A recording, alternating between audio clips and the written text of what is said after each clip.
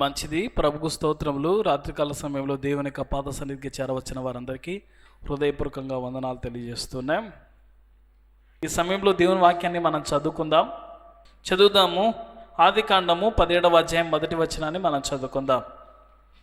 ఆదికాండము 17వ అధ్యాయం 1వ వచన భాగాన్ని మనం చదువుకుందాం. Page number 11. అబ్రాహాము 99 ఏండ్ల వాడైనప్పుడు యెహోవా అతనికి ప్రత్యక్షమై, నేను సర్వశక్తి గల దేవుడను, నా సన్నిధిలో నడుచుచు నిందారహితుడవై ఉండుము. మరొకసారి మనం గమనిస్తున్నాం, నేను సర్వశక్తి గల దేవుడను, నా సన్నిధిలో నడుచుచు నిందారహితుడవై ఉండు. ఎవరు ఈ మాటలు చెబుతున్నారు? ఎవరితో ఈ మాటలు చెబుతున్నారు అంటే మనకు తేట తెల్లగా ఇక్కడ చదివితే మనకు అర్థమైపోతుంది కదా. ఎవరు చెబుతున్నారయ్యా? అబ్రాహాముతో ఎవరు చెబుతున్నారు? స్వయాన దేవుడే చెబుతున్నాడు. స్వయాన దేవుడే చెబుతున్నాడు. ఏమని చెబుతున్నాడంటే, నేను సర్వశక్తి గల దేవుడను, కాబట్టి నా సన్నిధిలో ఏ విధంగా నడుచుకోమంటున్నాడు? నిందారహితుడుగా. ఏ విధంగా నడుచుకోవాలంట? నిందారహితుడుగా నడుచుకోమని దేవుడు చెబుతున్నాడు. మరి మనల్ని కూడా అబ్రహామును పిలిచిన దేవుడు మనల్ని కూడా పిలిచినాడు. దేవుడు అబ్రహామును పిలుచుకొని, నేను సర్వశక్తి గల దేవుడును, నా సన్నిధిలో నిందారహితుడిపై నడుమని దేవుడు చెబుతున్నాడు. దేవుడు అబ్రహామును ఒక్కరినైనా పిలిచినది? దేవుడు ఒక్కరినైనా పిలిచినది లేదు. మనల్నందరినీ కూడా పిలిచింది ఎవరు? దేవుడే కదా. భూదిగంతముల నివాసులారా నా వైపు చూచి రక్షణ పొందండి, దేవుడను నేనే, మరి ఏ దేవుడు లేడు. ప్రయాసపడి భారం మోస్తున్న సమస్త జనులారా నా యొద్దకు రండి, నేను మీకు విశ్రాంతి కలగజేతును. ఈ పిలుపునిస్తుండేది ఎవరు? దేవుడే కదా. ఆనాడు అబ్రహామును పిలిచాడు, నేను సర్వశక్తి గల దేవుడని అని చెప్పినాడు. నా సన్నిధిలో నిందారహితుడవై ఉండమన్నాడు. అబ్రహాము పిలిచిన దేవుడు మనల్ని కూడా పిలిచాడు. అబ్రహాముతో మాట్లాడిన దేవుడు మనతో కూడా మాట్లాడుతున్నాడు. కాబట్టి ఆయన మనతో మాట్లాడినట్లు, అబ్రహాముతో మాట్లాడి చెప్పినట్లు, నా సన్నిధిలో నిందారహితుడవై ఉండమన్నాడు. మనల్ని కూడా పిలిచినాడు. మనల్ని కూడా ఏ విధంగా ఉండమంటున్నాడు? అమ్మా, ఏ విధంగా ఉండాలా? నిందారహితులుగా ఉండాలా. దేవుడు మనల్ని పిలిచినాడు నిందారహితులుగా ఉండడానికి. ఈ లోకంలో ఎన్నో నిందలు వస్తాయి కదా. ఎంతో నిందిస్తారు. అయితే ప్రతి నింద నిజమైనది కాకపోవచ్చు. ఆ వ్యక్తిని మీద ఆధారపడి ఉంటుంది. బైబిల్ గ్రంథంలో యోబు యొక్క జీవితం దీనికి చక్కని ఉదాహరణ. యోబును దేవుడు పరీక్షించాలని చూచినప్పుడు, దేవుడు తన కంచెను తీసిన తర్వాత యోబు మీద ఏం చేస్తాడు? తన అస్త్రాలను వినియోగిస్తాడు. ఒకే దినాన తన కుమారులు, ఒకే దినాన తన కుమార్తెలు, యావత్ ఆస్తి నష్టపోతాడు కదా. ఇంకా మనం గమనిస్తున్నాము, అతనికి ఇంకా చర్మంలో కూడా పుండ్లు పుట్టినాయి.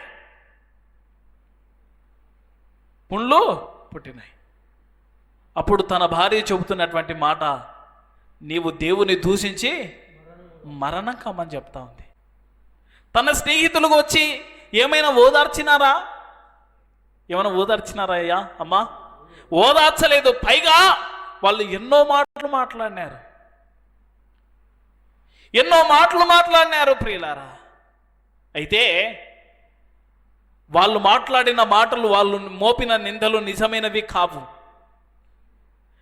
మరి దేవుడు యోబును జ్ఞాపకం చేసుకొని రెండింతల ఆశీర్వాదాన్ని అనుగ్రహించాడు.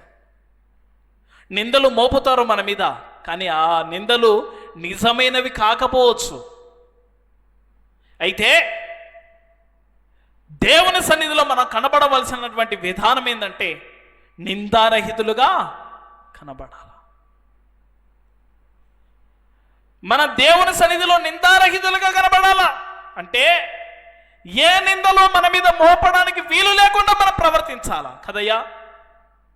ఎవరైనా నింద మోపుతున్నారంటే కారణం ఏంది? ఏదైనా తప్పు దొరికితేనే కదా నింద మోపేది. మోసగాడు అంటారు, మోసం చేస్తే ఆ నిందను మోపుతారు. వీడు దొంగోడు అంటారు, ఎందుకు?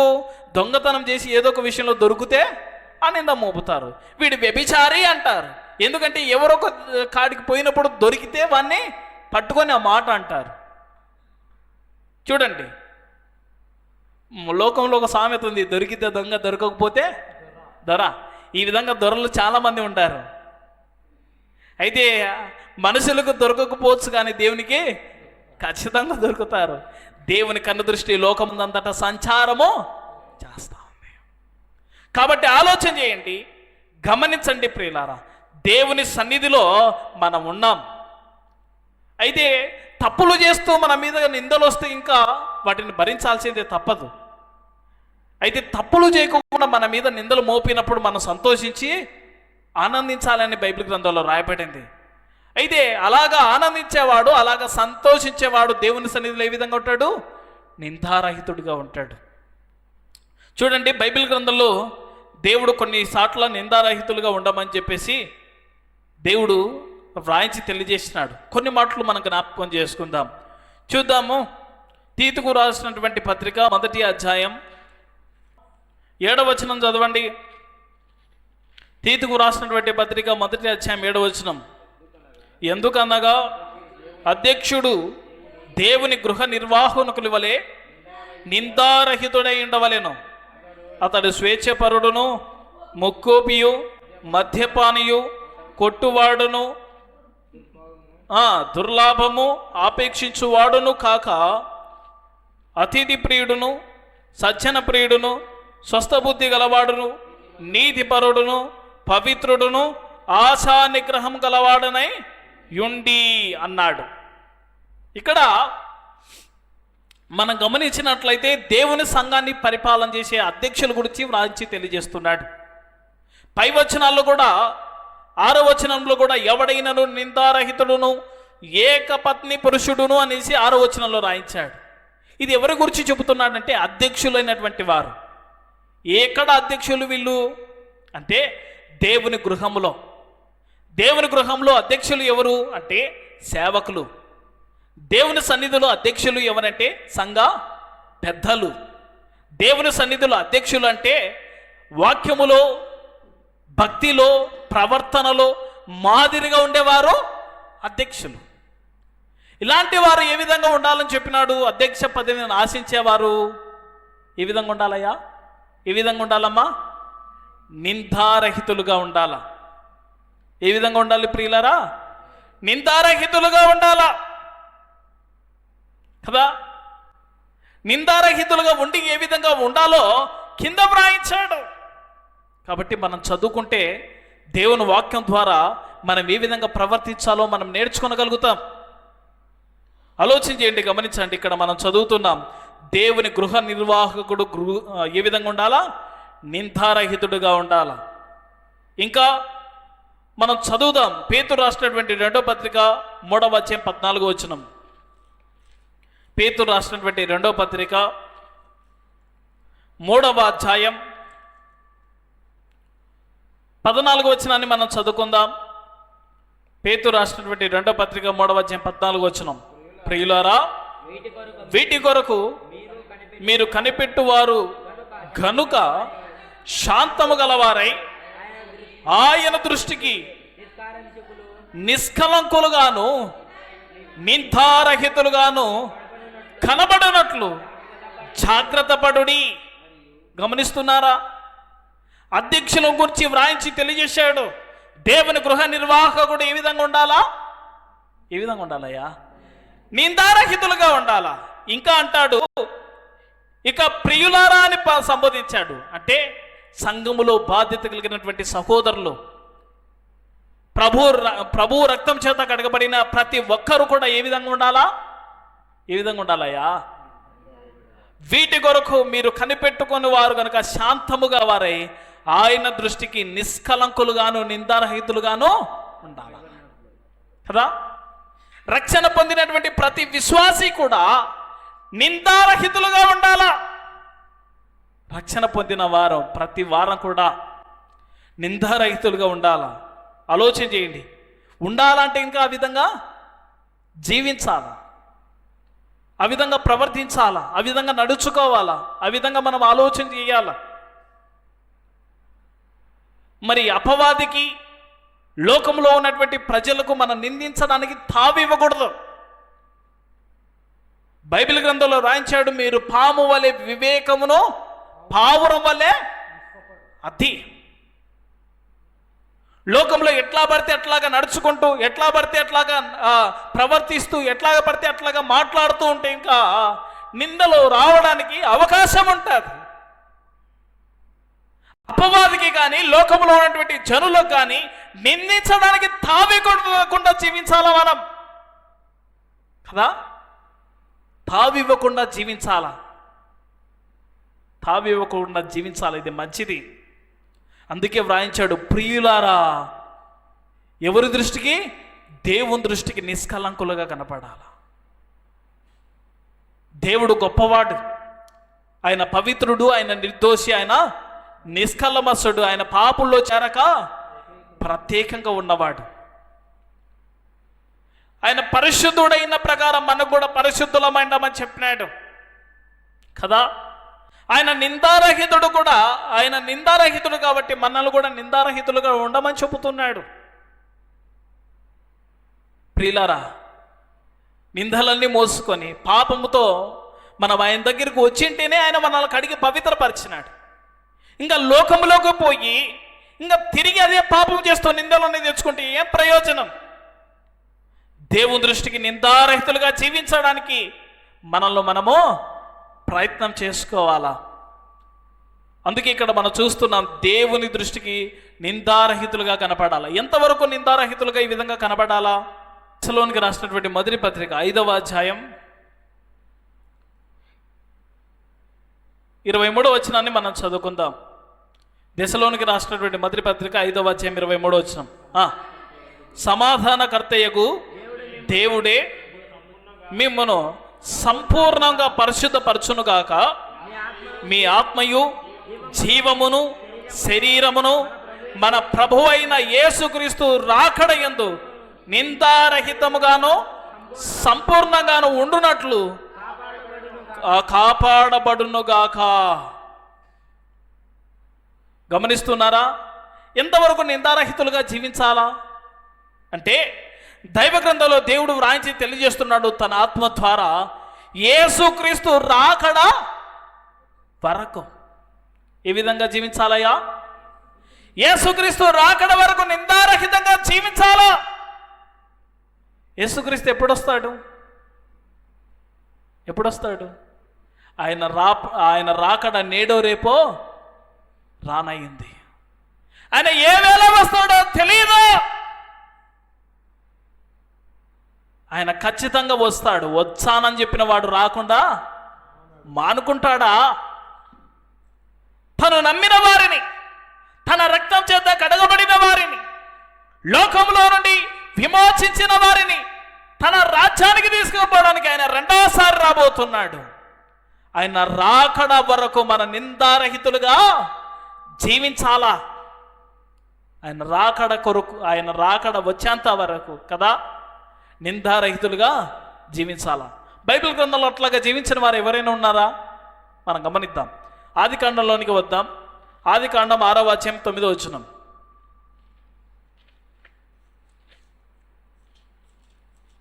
ఆది కాండము 6వ అధ్యాయం చదువుదాం. 9వ వచనం చదువుదాం.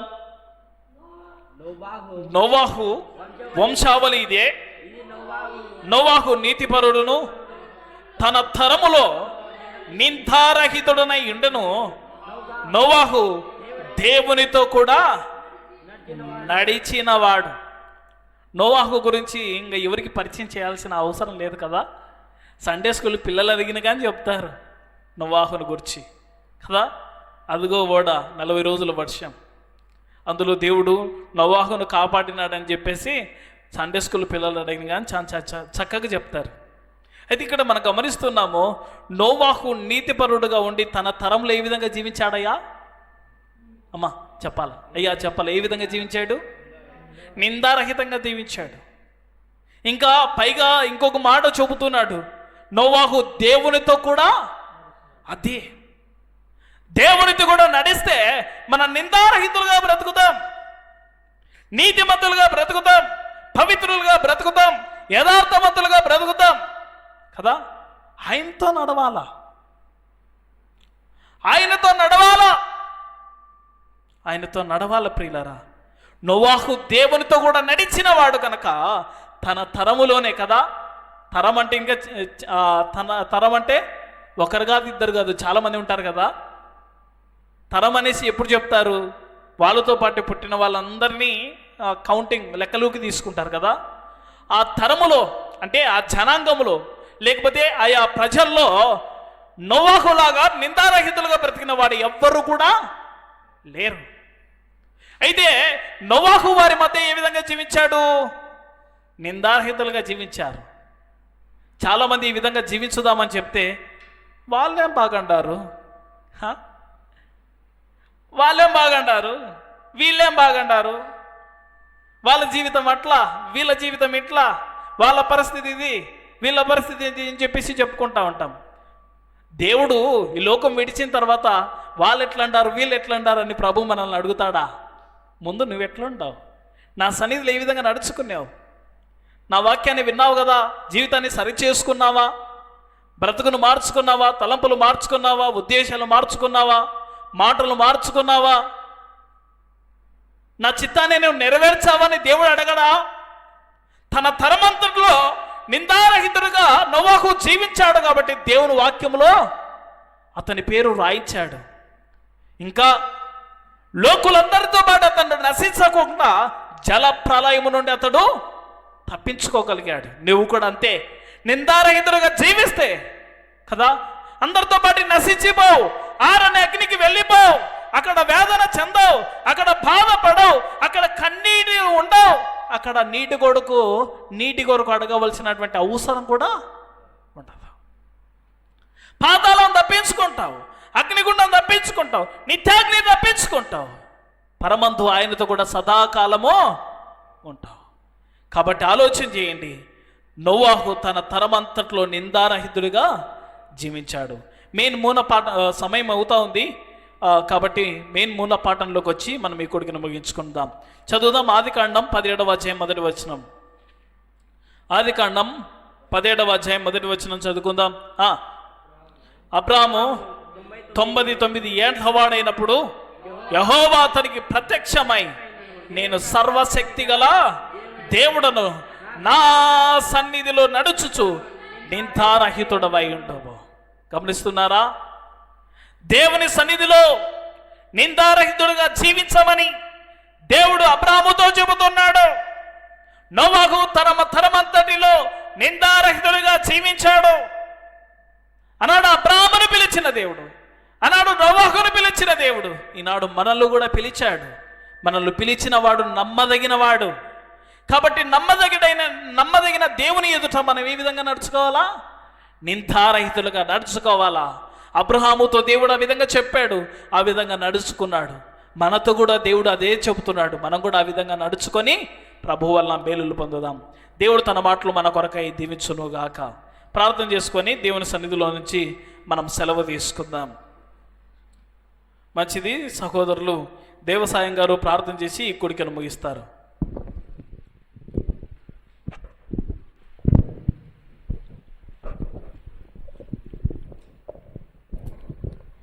సర్వశక్తి కృపా కనికరముల దేవ, సర్వోన్నతుడా, సర్వాధికారి తండ్రి, నీకే స్తోత్రములు, నీకే స్తుతులు చెల్లిస్తున్నాం నాయన. సర్వలోకాన్ని సృష్టించిన దేవుడు నీవే, సర్వాధిపతి తండ్రివి నీవే, సమస్త లోకాన్ని సృష్టికర్త దేవుడు నీవేనైనా. నీకే స్తోత్రములు, నీకే స్తుతులు చెల్లిస్తున్నాం తండ్రి. ఇంతవరకు చదివిన వాక్యంలో ప్రతి మాట, ప్రతి పలుకు, ప్రతి మధురం ఫలించేటట్టు నీ కృపను అనుగ్రహించమని వేడుకుంటున్నాం ప్రభా. చెప్పు ప్రతి మాట ఆని ముత్యముల వంటివి, అనాగ్రహత వంటివి కాదు ప్రభా. శక్తిగల మాటలు, బలముగల మాటలు, అటువంటి మాటలు మా హృదయాలను నింపి మా హృదయాలు బలహీలేకుండా బలపరిచే నీ కృపను అనుగ్రహించమని వేడుకుంటున్నాను ప్రభా. సర్వలోకాన్ని సృష్టించే దేవుడు నీవే, సర్వాధిపతి తండ్రివి నీవే, సమస్త లోకాన్ని సృష్టికర్త దేవుడు నీవనైనా. నీకే స్తోత్రములు, నీకే స్తుతులు చెల్లిస్తున్నాం.